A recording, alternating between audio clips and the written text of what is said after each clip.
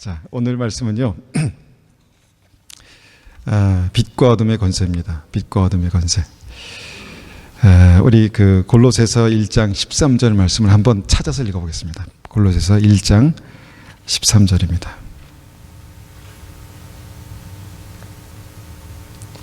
골로새서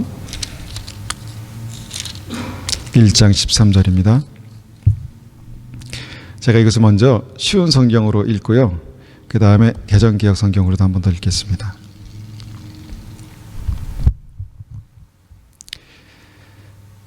어둠의 세력에서 우리를 구원하셨으며 그분의 사랑하는 아들의 왕국으로 우리를 옮겨주셨습니다. 자, 개정개혁으로 한번 읽겠습니다.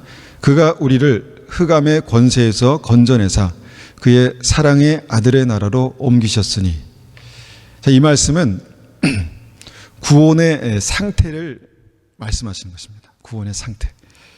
우리가 그 날마다 강조하는 말씀이 무엇인가 하면 우리의 믿음, 우리의 구원, 하나님의 임재, 생명의 길은 우리의 삶을 통해서 반드시 경험된다는 것입니다. 우리의 삶을 통해서 경험되지 않는 믿음, 구원, 그것은 뭔가 부족하거나 잘못된 것입니다. 아니거나 잘못된 것입니다. 여기 보니까 어둠의 세력에서 우리를 구원하셨다, 그렇게 말씀하십니다. 그분의 사랑하는 아들의 왕국으로 그 사랑의 아들의 나라로 옮기셨다, 그렇게 말씀합니다. 이 믿음을 가지고 우리가 오늘 말씀을 우리가 한번 눈을 크게 뜨시고 보고 들으시기를 축원합니다. 이 말씀을 우리가 이제 가지고 빛과 어둠의 권세, 이 제목을 한번 같이 우리가 깊이 한번 생각해 보길 원합니다. 먼저 우리가 히브리서 6장 말씀을 가지고 우리가 이제 시작합니다. 히브리서 6장 말씀 앞에 띄워드렸는데 한번 보십시오. 히브리서 6장 우리가 많이 읽었던 말씀입니다.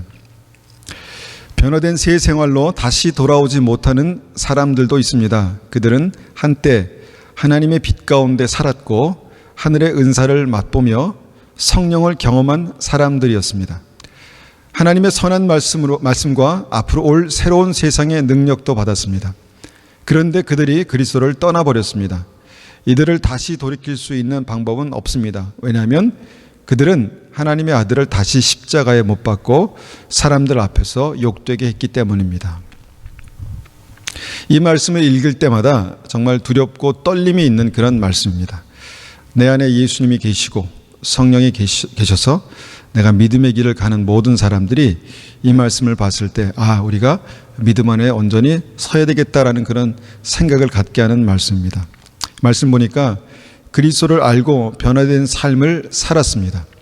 그런 삶을 살다가 다시 이전에 어떤 그 구원받기 전의 삶으로 되돌아갔던 어떤 사람들에 대한 얘기를 이 말씀에서 다루고 있습니다.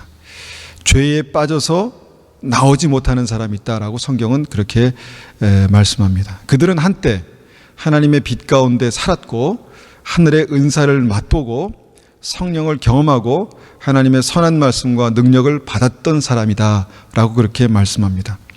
그런데 그 믿음의 삶이 어떤 곳에서 다시 돌아오지 못하는 상태로 그렇게 될 수 있다라는 것이 오늘 말씀의 가르침입니다.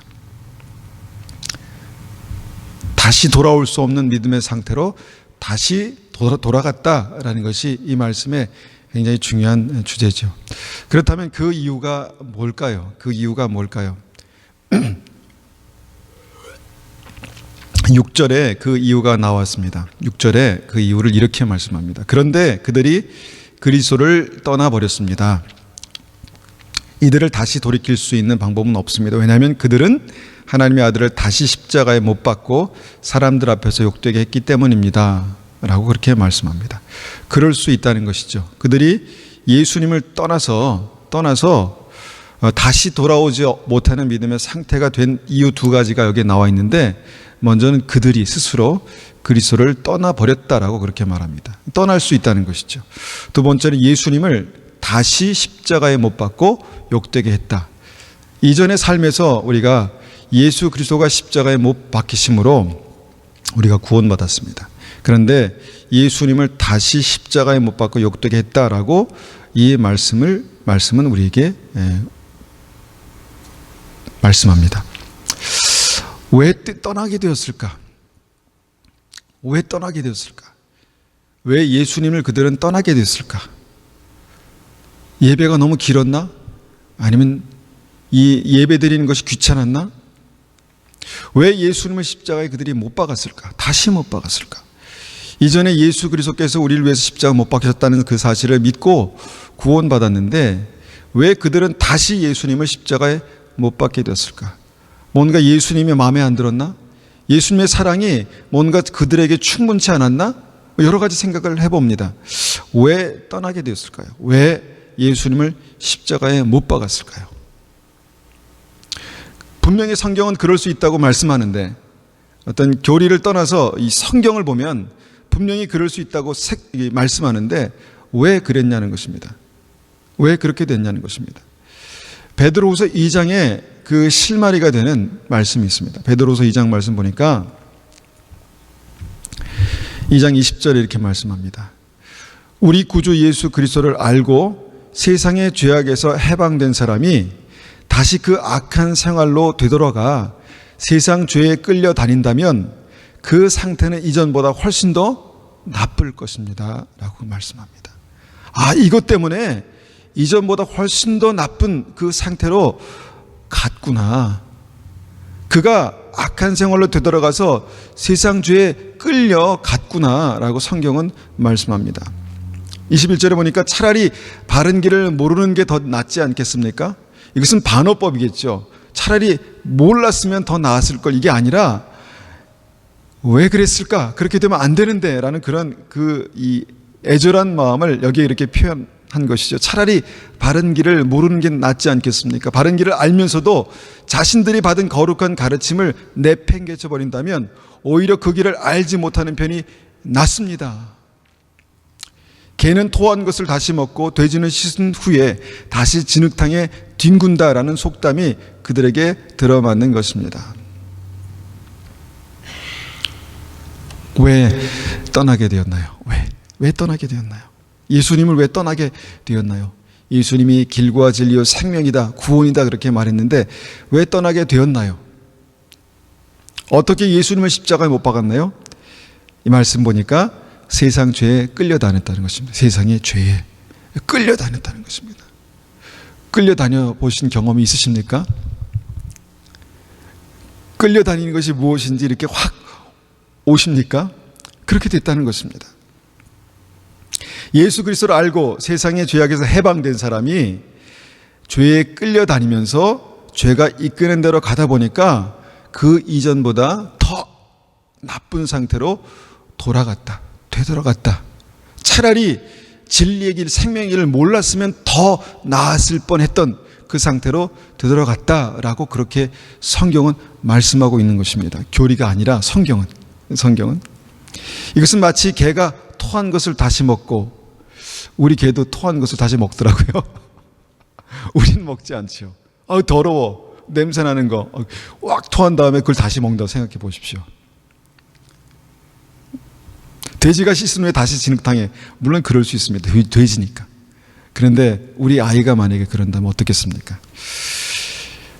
이렇게 살다 보니까 예수님을 떠나게 됐다는 것입니다. 예수님을 떠날 수 있었다는 것입니다.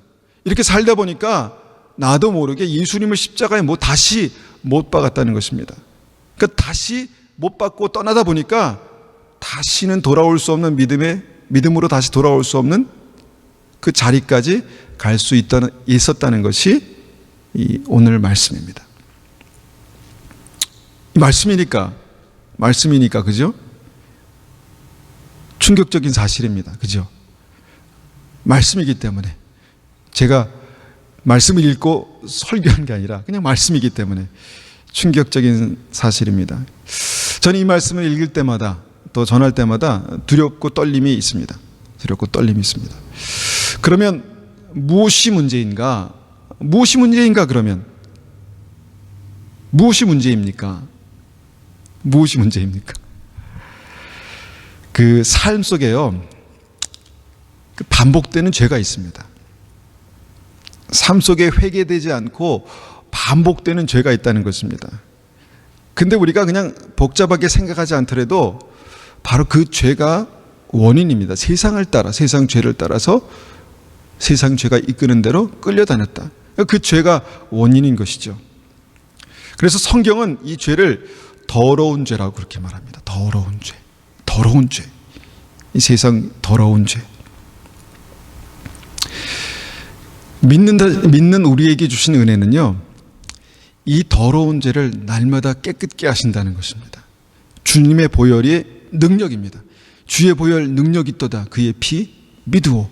우리가 주님 앞에서 주의 은혜를 구할 때마다 주님께서 우리의 죄를 날마다 깨끗게 하신다는 것입니다. 그런데 날마다 깨끗게 하지 않으면 그냥 방치되고 그냥 이 묵은 때라 그러죠. 묵은 때, 묵은 죄, 습관이 되어버린 죄가 그냥 삶 속에 남아있으면 복음이 들어가지 않습니다. 회개하고 복음을 믿어라. 회개가 우선인 것이죠. 그 죄가 계속해서 내 삶 속에 묵혀 있습니다. 오래된 된장처럼. 된장도 아닌 것이 오래돼가지고 냄새를 풀풀 내고 있으면 그럼 그것이 나의 인생을, 나의 삶을 끌고 간다는 것입니다. 어디론가 끌고 간다는 것입니다. 예수님을 십자가에 다시 못 박는 그곳으로 끌고 간다는 것입니다. 그래서 큰 화를 당하기 전에 주님께서는 죄와 피 흘리기까지 싸우라. 이렇게 말씀하신 것이죠.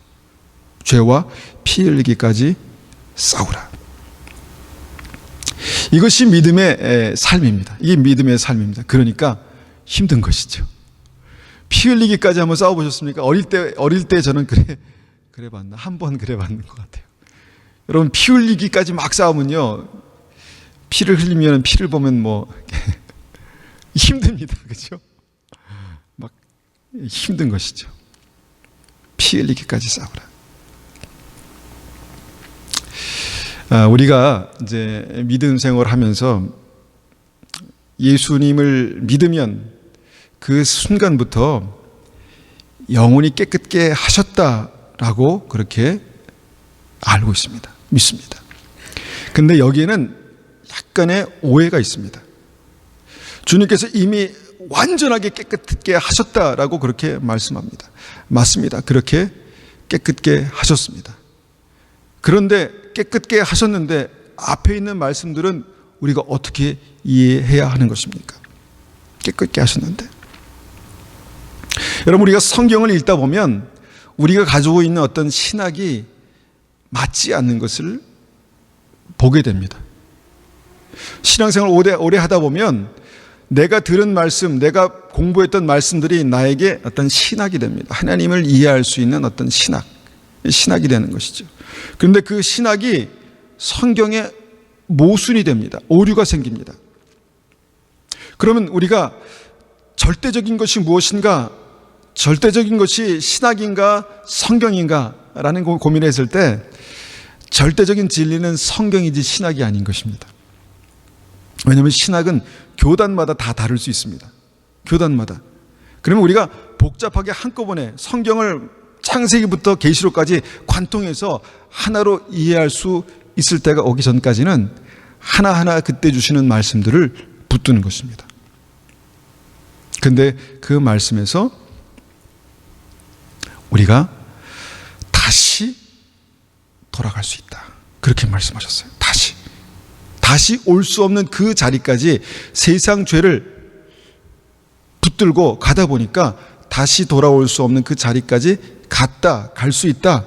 그렇게 성경은 말씀하고 있습니다. 이전 상태보다 더 심각한 상태로 갈 수 있다. 그렇게 말씀한 것이죠. 그리스도를 알고 세상의 죄악에서 해방된 사람이, 그리스도 알고 세상 죄에서 해방된 사람이 다시 그 악한 생활로 돌아갈 수 있다를 말씀한 것입니다. 그래서 두렵고 떨림이 필요한 것입니다. 왜냐하면 우리가 그 세상에 살고 있거든요. 세상에 살고 있습니다. 그래서 요한계시록 22장 14절에서는 자기 옷을 빠는 자는 복 있는 자들이다, 그렇게 말씀합니다. 이 옷이 무엇입니까? 예복. 거룩한 백성이 입는 예복. 예수 그리스도로 옷 입는다, 예복. 그런데 그 예복이 더러워질 수 있으니까 그 옷을 날마다 빠는 것이 믿음이다 라고 말씀하시고, 그들은 생명나무의 열매를 먹을 것이며 성문을 통해 성으로 들어가게 될 것이다 라고 요한계시록 성경의 맨 마지막에 나와 있습니다. 뭡니까? 날마다 깨끗게 하는 것입니다. 날마다 깨끗게 하는 것입니다.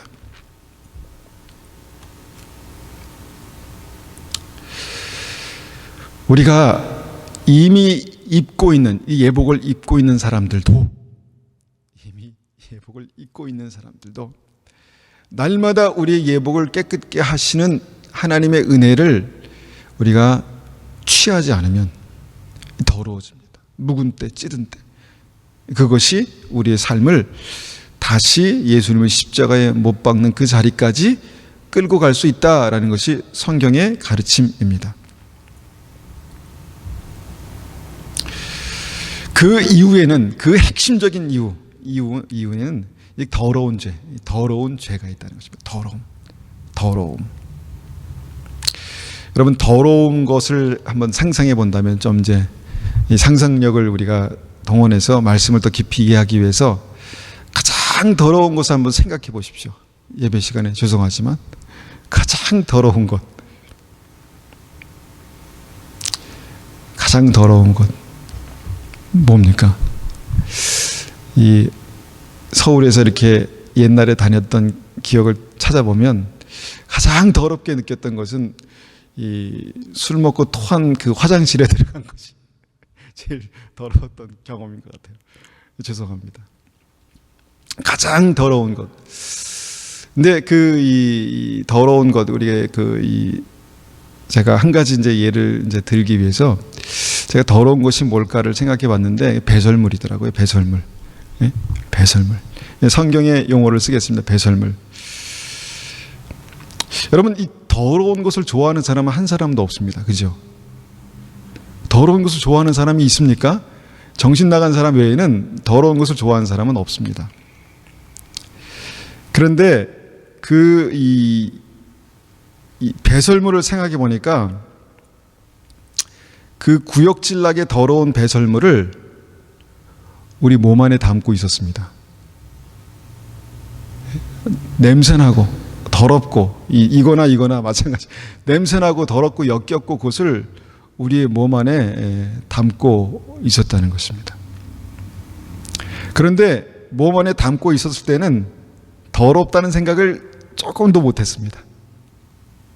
이렇게 나오기 전에는 더럽다는 생각을 조금도 못 해봤습니다.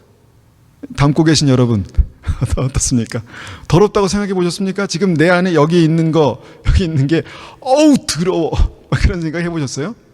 못한다는 것입니다. 담고 있을 때는 더럽다는 생각을 못합니다. 그런데 몸 밖으로 버려지는 그 순간부터, 이렇게 더러울 수가, 몸 밖으로 버려지는 순간부터 가장 더러운 것을 보게 됩니다. 몸 안에 있었을 때에는 더럽다고 생각도 못했는데 몸 밖에 버려지는 순간 가장 더러운 것을 보는 것이죠. 이 죄가 그렇다라고 생각합니다. 죄가 그렇습니다.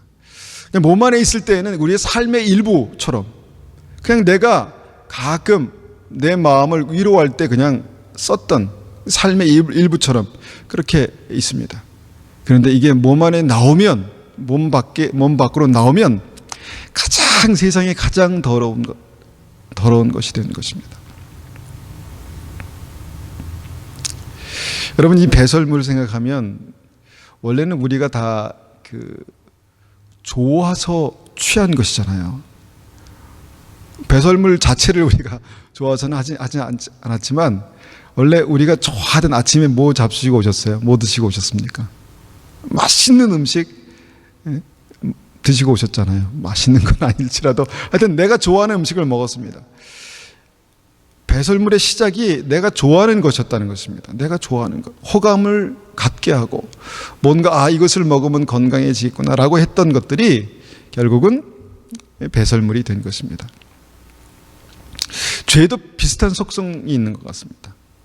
이 정도는 나의 삶을 정말 이 건강하게 하고 뭔가 나의 묶인 것들을 좀 풀어내고 그럴 수 있는 그런 것들이다라고 생각하지만 그것이 결국은 가장 더러운 것이 되는 것입니다. 이게 죄다라고 그렇게 볼 수 있습니다. 성경은 이 죄를 이 더러운 죄라고 그렇게 말씀하는 것이죠. 더러운 죄. 그런데 이 죄가 바로 죄의 싹은 사망이다. 이 죄가 바로 죽음의 이유가 된다는 것입니다. 죽음의 이유. 하나님께서 이 죄의 문제를 해결하셨습니다. 죄의 문제를 해결하셨습니다. 이미 해결하신 것입니다. 누구든지 우리가 주님 앞에 나와서 예수님께서 내 죄를 위해서 십자가에 돌아가시고 예수께서 나의 구주가 되심을 고백하고 그렇게 믿음으로 살 때 그리스도의 보혈의 신비로운 역사가 우리 죄를 날마다 깨끗게 하시는 그 은혜가 있습니다. 이것이 은혜입니다. 십자가의 은혜입니다. 이것은 경험한 사람들만, 믿음 안에서 경험한 사람들만 알 수 있습니다. 우리의 이전에 이 죄가 정말 주홍같이 붉고 정말 무엇같이 검다 그러죠? 예? 주홍같이 붉고 그 다음에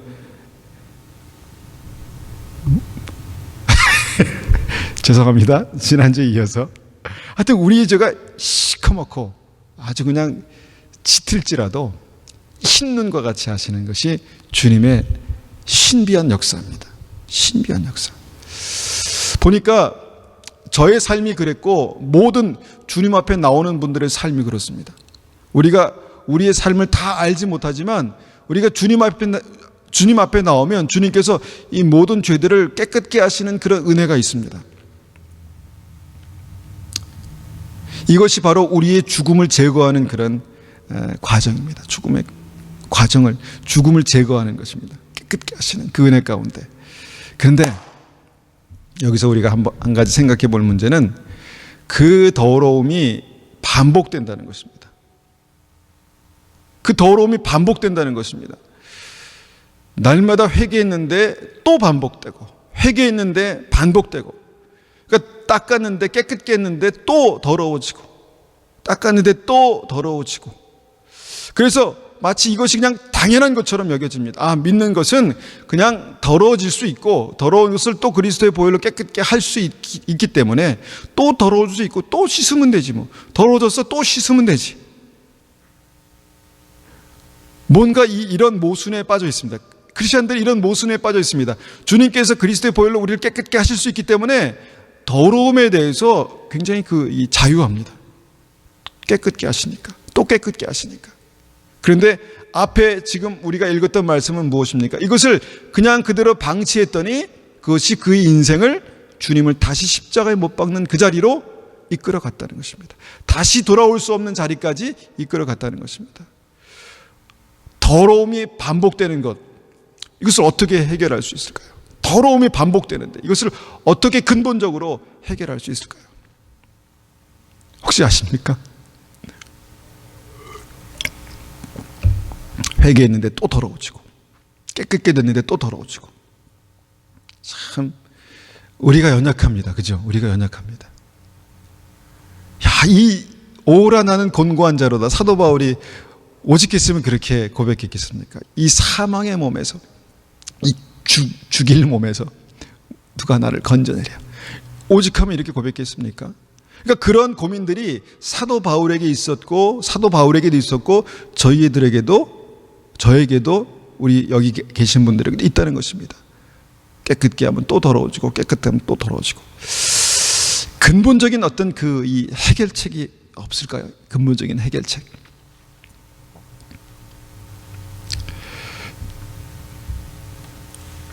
성경에는 이것을 부인하지 않습니다.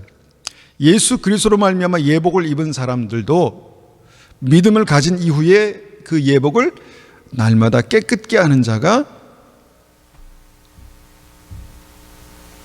생명 과실을 먹고 그 성 안으로 들어간다. 구원을 말씀하는 것이죠. 그러면 우리가 이 더러움의 문제를 우리가 이제 한번 해결하기 위해서 이 더러움과 좀 이렇게 유사한 단어를 한번 써보겠습니다. 그것이 뭐냐면 어두움입니다. 어두움. 더러움과 어두움 비슷한 것 같죠. 그런데 성경은 이 어두움을 더러움의 원인이라고 그렇게 말합니다. 어두움을 더러움의 원인이다. 그러니까 이 더럽게 되는 이유가 어둡기 때문에 그렇다는 것입니다. 어둡기 때문에. 그래서 우리가 이 말씀을 이렇게 한번 이해해 보겠습니다. 이 더러움의 원인인 어둠을 해결하지 못하면 근본적으로 날마다 더러워지는 이 더러움의 문제를 해결할 수 없다는 것입니다. 자, 우리가 이것을 어렴풋이 이해할 수 있는 이 몇 구절의 말씀들이 있는데 이 더러움의 원인이 되는 이 어둠이 뭘까를 우리가 이해할 수 있는 이 몇 구절의 단어들을 한번 우리가 말씀들을 보겠습니다. 마가복음 1장 23절. 자, 무엇이 반복되고 있는지 한번 보십시오. 더러운 귀신 들린 사람이 있어 소리질러 이르되 더러운 귀신이 그 사람에게 경련을 일으키고 큰 소리를 지르며 나오는지라. 더러운 귀신들도 어느 때든지 예수를 보면 그 앞에 엎드려 부르짖어 이르되 당신은 하나님의 아들이니이다 하니 12제자를 부르사 둘씩 보내어 더러운 귀신을 제어하는 권능을 주시고. 자, 더러운이라는 이 수식어 다음에 붙는 것이 무엇입니까? 무엇인가요? 악한 영입니다. 귀신, 악한 영, evil spirit. 복음서에는 예수님의 그 사역 가운데 여러 차례 이 악한 영의 존재가 등장합니다. 악한 영의 존재가 등장합니다. 그런데 더러운 이 귀신이라고 계속 반복되는 것을 보면서 이 더러운 것의 속성을 가진 어떤 영, evil spirit, 귀신이 있다라고 성경은 말씀합니다. 이것이 바로 더러움의 원인이 되는 이 어둠입니다. 왜 어둠이라고 말씀했나? 왜 어둠이라고 말씀했나? 보십시오. 골로새서 1장 13절에서는 이렇게 설명합니다. 골로새 1장 13절 보니까 어두움의 세력에서 우리를 구원하셨으며 그분이 사랑하는 아들의 왕국으로 우리를 옮겨주셨습니다. 자, 어두움의 세력이 있다는 것입니다. 더럽게 하는 어두움의 세력이 있다라고 성경은 말씀합니다. 에베소서 6장 12절에 이렇게 말씀합니다. 우리의 싸움은 이 땅의 사람들을 대항하여 싸우는 것이 아니라 이 세상의 어두운 세력들과 공중권세 잡은 악한 영들을 대항하여 싸우는 것입니다. 이 어두운 세력이 더러운 세력입니다. 더럽게 하는 원인, 이것이 바로 어두움입니다. 어두움.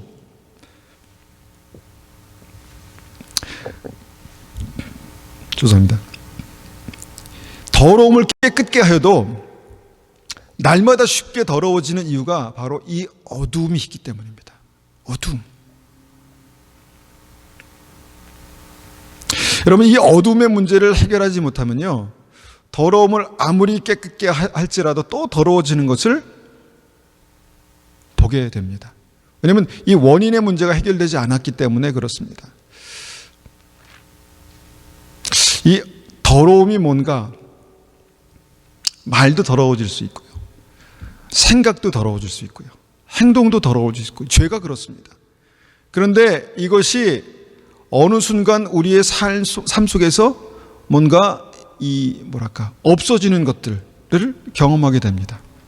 예배 가운데, 찬송 가운데, 말씀을 나누는 가운데, 기도 가운데 정말 그의 어떤 이 말들이 그가 나건 다른 사람이건 말들이 더러워지고 생각이 더러워지고 그렇게 더러웠는데 이것이 어느 순간 없어지는, 바뀌는 것들을 보게 된다는 것입니다. 저는 이것이 어둠이 물러가는 것이다라고 다시 한번 성경을 통해서 확인하게 됩니다. 어두움이 물러가는 것입니다. 더러움이 씻기는 것이죠. 그런데 다시 어떤 삶으로 들어가면 다시 어두워집니다. 다시 어두워집니다. 그러면서 다시 더러워집니다. 다시 생각이 더러워지고 다시 그 말이 더러워지고 더러워진다는 것입니다. 반복되는 것이죠. 그렇다면 우리가 왜 어두움인가? 왜 어두움인가? 여러분, 이 어두움은 이 사탄의 특징입니다. 귀신의 특징입니다. 악한 것들의 특징입니다. 범죄, 어두움이라고 말하잖아요. 어두움. 죄, 어두움이라고 말하잖아요. 죄의 역사는 항상 어두운 곳에서 일어납니다. 그죠? 지하세계 이렇게 말하잖아요. 이 어둠의 특징은 보지 못하는 것입니다. 보지 못하는 것입니다. 자, 이렇게 말씀드리니까 이전에 제가 전했던 말씀 기억하시죠? 보는 것이 구원받는 믿음이다. 보는 것이 구원받는 믿음인데, 어둠은 보지 못하게 합니다. 어둠은 보지 못하는 것입니다. 여러분, 보는 것이 믿음이다 라고 우리가 이 말씀을 붙들었을 때, 보지 못하면 믿음이 아니다 라고 볼 수 있죠. 그죠? 보지 못하는 것은 믿음이 아니다. 삶이 어둠 가운데 있으면 볼 수 있습니까? 보지 못합니까? 보지 못하는 것입니다. 한 걸음 더 나가서 성경은 이 어둠을 권세라고 말합니다. 권세. 이 권세가 뭐냐면 힘입니다. 힘. 큰 힘을 권세라고 말합니다.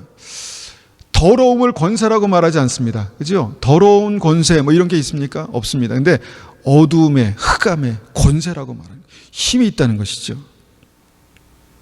여러분, 우리는 여기서 좀 혼동할 수 있는데, 더러운 죄가 나를 끌고 가는 것이 아닙니다. 우리는 더러워질 수 있지만 더러운 죄가 나를 끌고 가는 것이 아니라 어둠의 권세에 이끌려 갈 때 더러워지는 것입니다.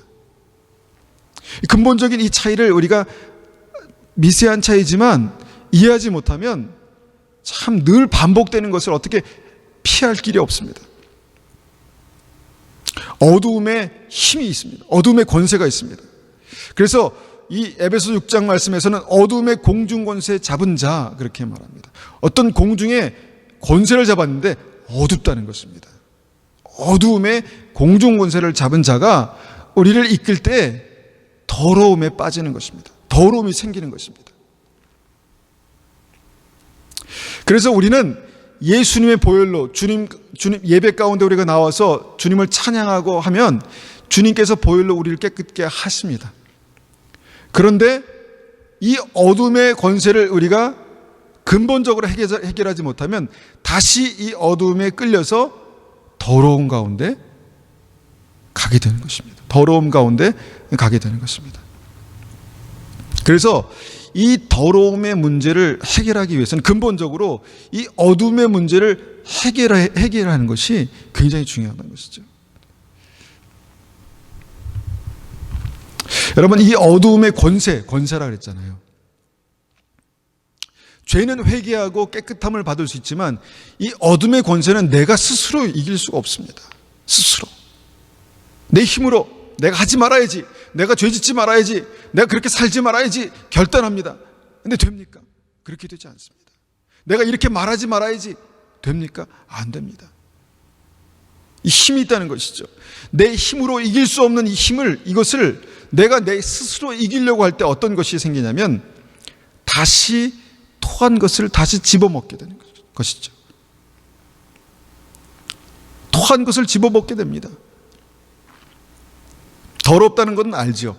그런데 결과적으로 토한 것을 다시 집어먹게 되는 것이죠.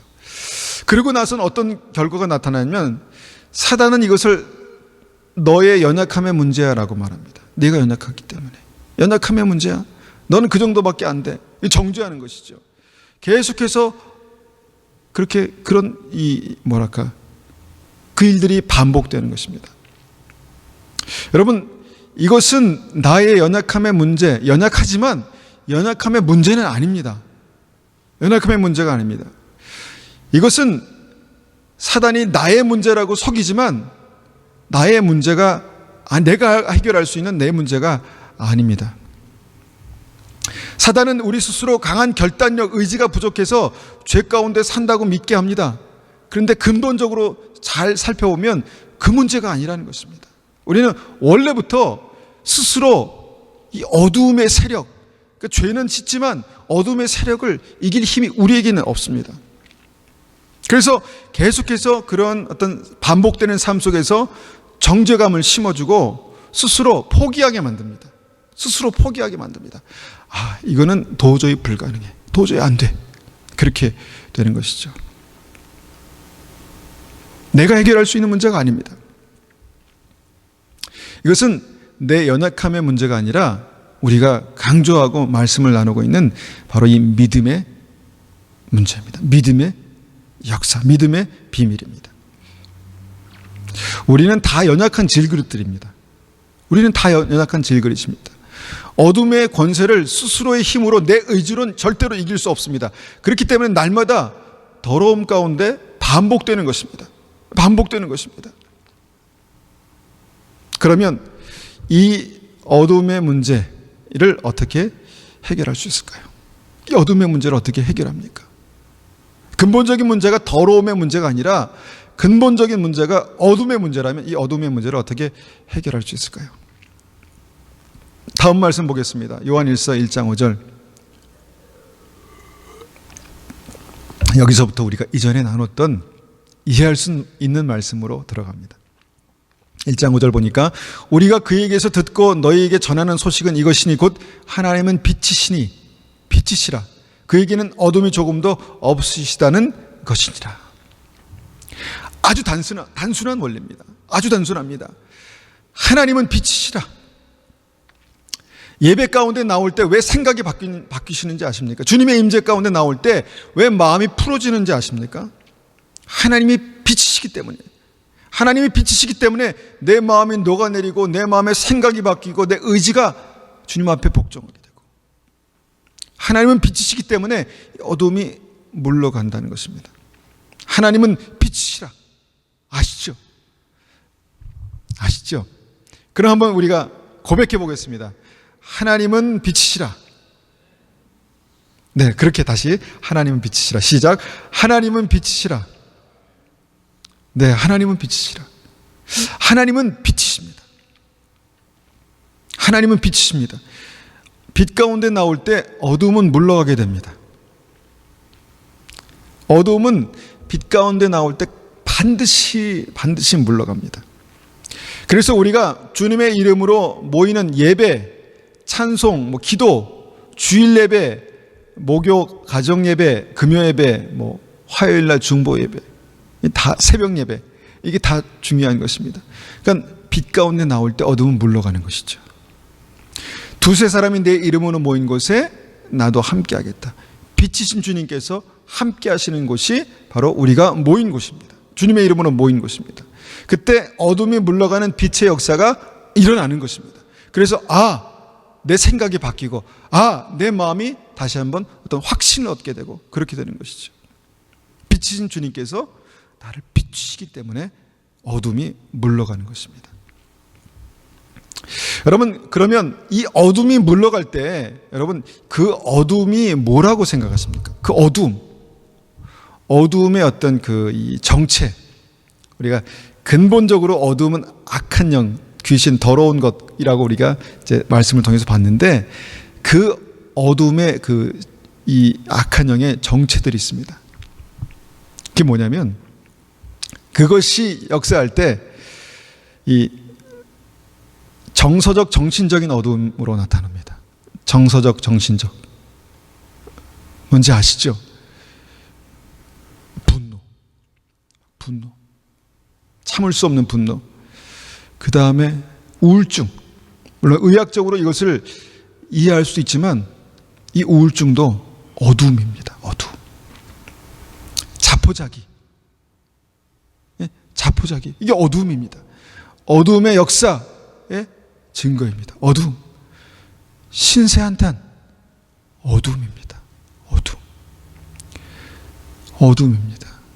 찬송 가운데 있을 때 우리가 주님의 깊은 관계 속에 있을 때 절대로 자포자기 하지 않습니다. 신세한탄 하지 않습니다.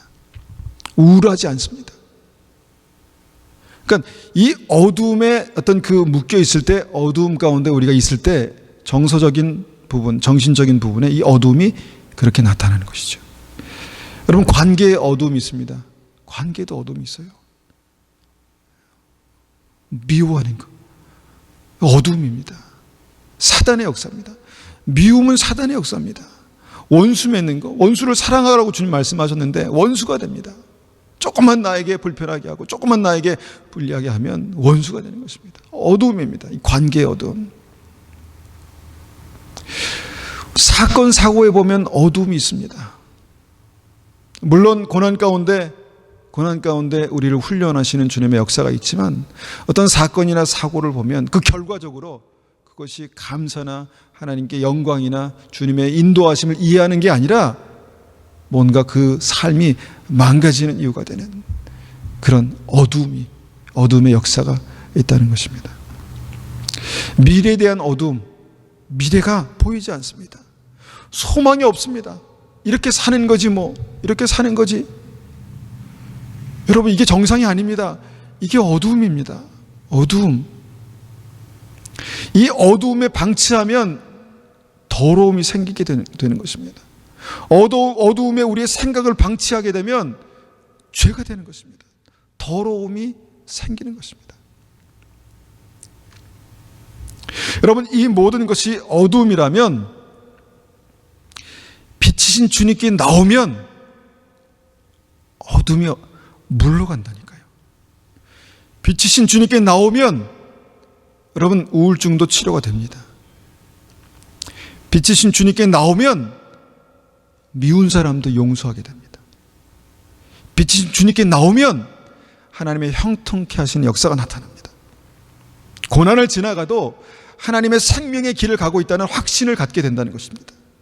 내가 왜 가는지, 내가 왜 이 고생을 하는지가 아니라 이 모든 것이 어둠인데 이 어둠의 근본적인 원인은 빛이 임하면, 빛이 비추면 떠나가는 것입니다, 여러분. 그런데 문제는 뭐냐면 다시 우리가 빛으로부터 멀어질 때 다시 어두워진다는 것입니다. 주님 앞에 나와서 말씀을 듣고 같이 예배를 드리고 기도할 때는 빛의 역사 가운데 나타나지만 다시 우리가 돌아가서 삶의 어떤 현장으로 가서는 다시 어두워진다는 것입니다. 이걸 어떻게 해야겠습니까? 이걸 어떻게 합니까? 다시 어두워집니다. 다시 어두워지니까 다시 더러워지는 것입니다. 다시 더러워지니까 주님 앞에 나오지만 이게 계속 반복되는 것입니다. 여러분, 이 다시 어두워지는 이 근본적인 문제를 어떻게 해결할 수 있을까요? 다시 어두워지는 것. 근본적인 해결책을 우리가 하나님의 말씀 가운데 하나를 우리가 한번 생각해 봅니다. 요한복음 8장 12절입니다. 8장 12절. 예수께서 또 말씀하여 이르시되 나는 세상의 빛이니 나를 따르는 자는 어둠에 다니지 아니하고 생명의 빛을 얻으리라.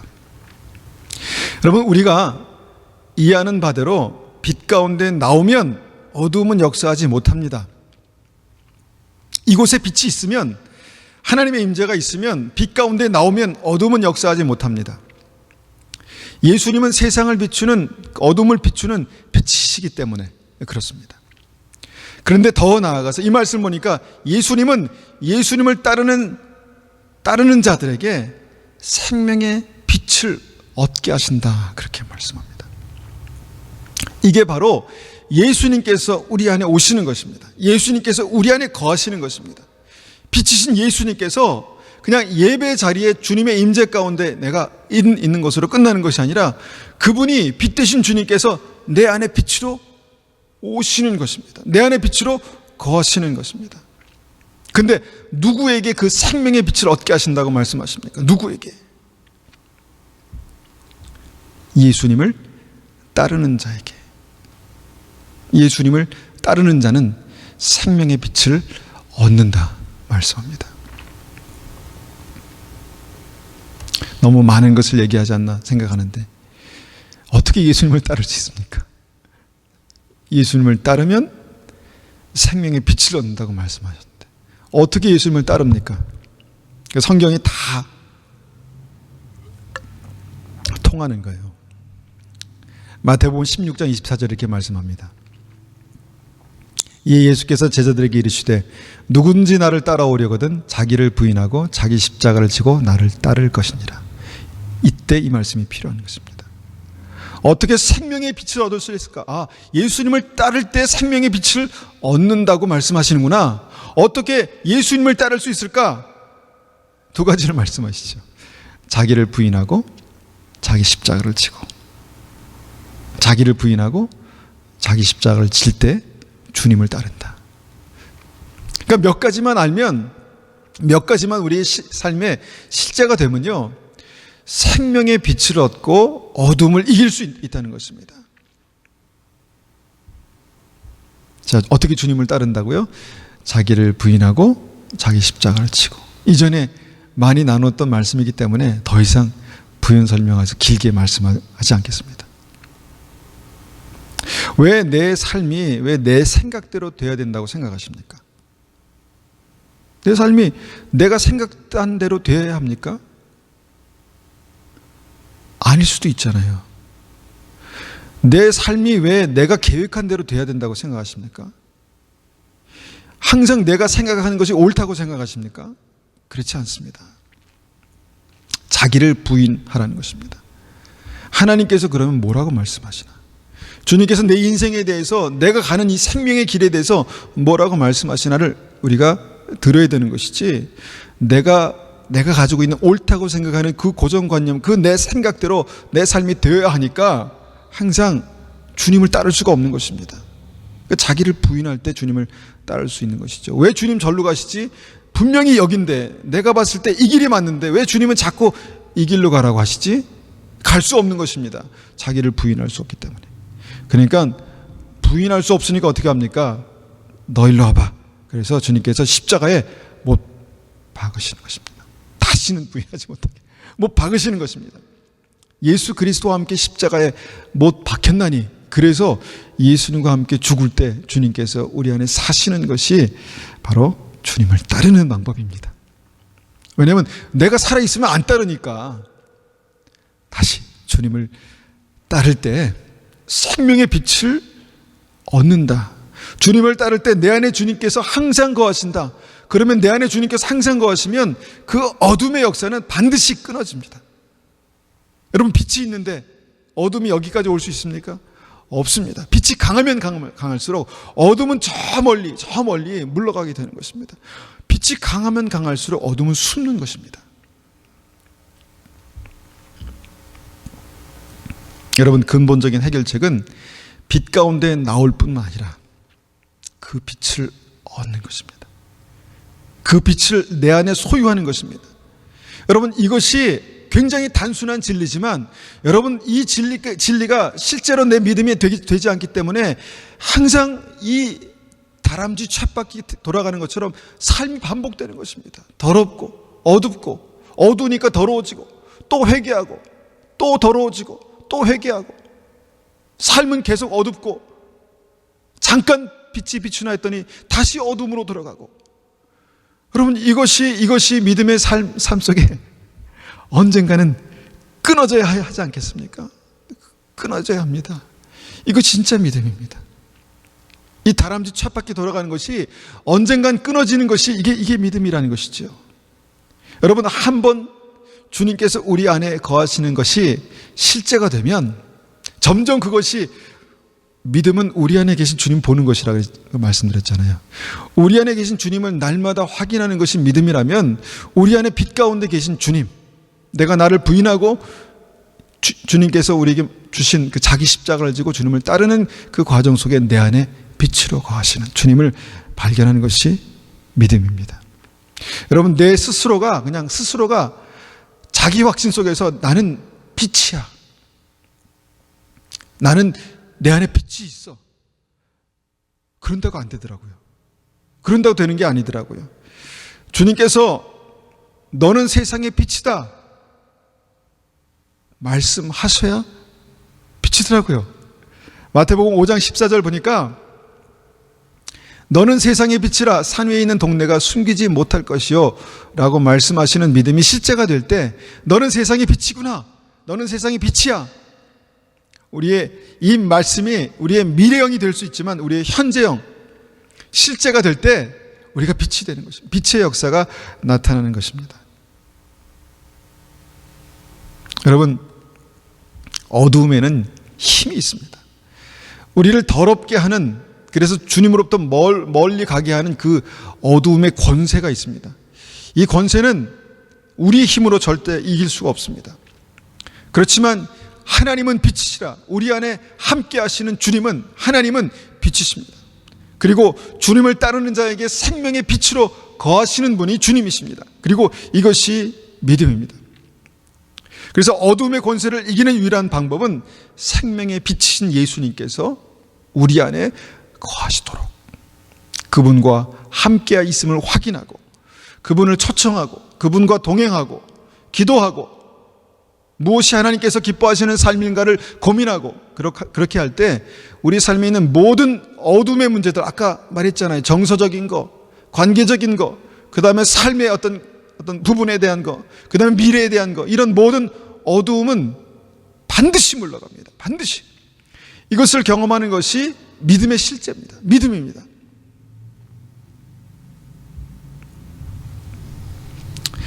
이런 빛의 역사가 바로 우리의 구원받는 믿음의 확증이 되는 것입니다. 우리가 한번 같이 이 말씀을 가지고 기도하겠습니다. 하나님, 우리에게도 정말 생명의 빛이신 예수님께서 거하시고, 예배 때뿐만 아니라 우리의 삶 속에서도 정말 빛 되신 주님께서 거하심으로 말미암아 모든 어둠의 역사가 끊어지며, 하나님 정말 이 더러움의 모든 것들이 날마다 씻겨져서 주님 날마다 그 예복이 정결케 되는 그 은혜가 우리에게 있게 도와주십시오. 그렇게 한번 같이 기도하겠습니다.